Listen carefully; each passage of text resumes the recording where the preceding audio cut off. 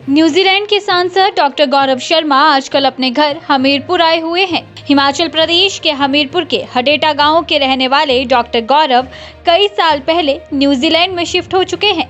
New Zealand में Hamilton waste seat से labour party के टिकट पर डॉक्टर गौरव शर्मा ने जीत हासिल की थी। देखिए, बड़ा अच्छा लग रहा है। कोई 4.5-5 साल हो गए मुझे वापस आए हुए।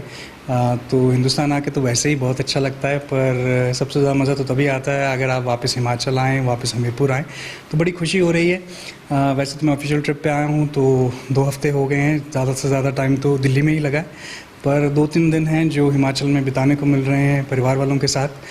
तो बहुत अच्छा लग रहा है और एक-एक पल जो है उसको बहुत बटोर के चला हूँ मैं कि अगली बार पता नहीं कब आना हो, पर मेमोरीज़ लेके। देखिए, भारत तो वैसे बहुत बड़ा देश है और पॉपुलेशन भी ज़्यादा है, तो ऑब्वियसली सिस्टम जो है उसमें डिफरेंसेस भी हैं, सिमिलैरिटीज़ भी हैं। एक बात है कि वेस्टमिंस्टर टाइप का सिस्टम है जो कि अंग्रेज़ों से हमने इनहेरिट किया है दोनों ही कंट्रीज़ में। तो वो सिस्टम तो सिमिलर है ऑब्वियसली पार्लियामेंट का।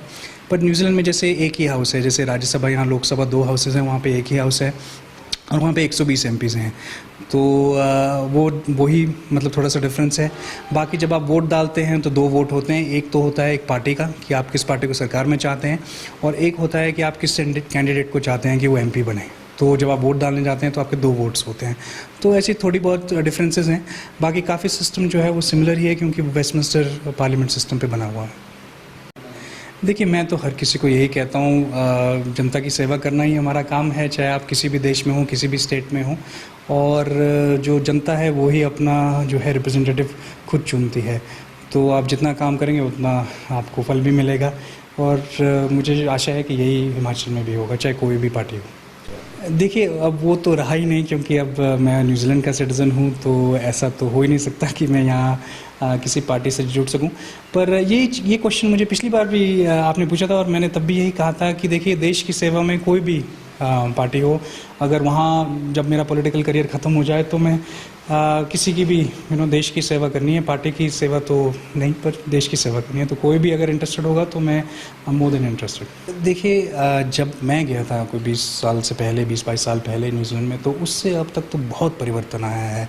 एक ज़माना था जब मेरे पिताजी वहाँ रहते थे, हम चिट्ठियाँ लिखते थे, ट्रंक कॉल बुक करते थे। अब घर घर में मोबाइल है, घर घर में टीवी लगा है, घर घर में मेरी जो एक कज़न है, उनसे मैं बात कर रहा था, वो घर पे बैठ के जो है कोचिंग की क्लासेस ले रही हैं दिल्ली चंडीगढ़ से।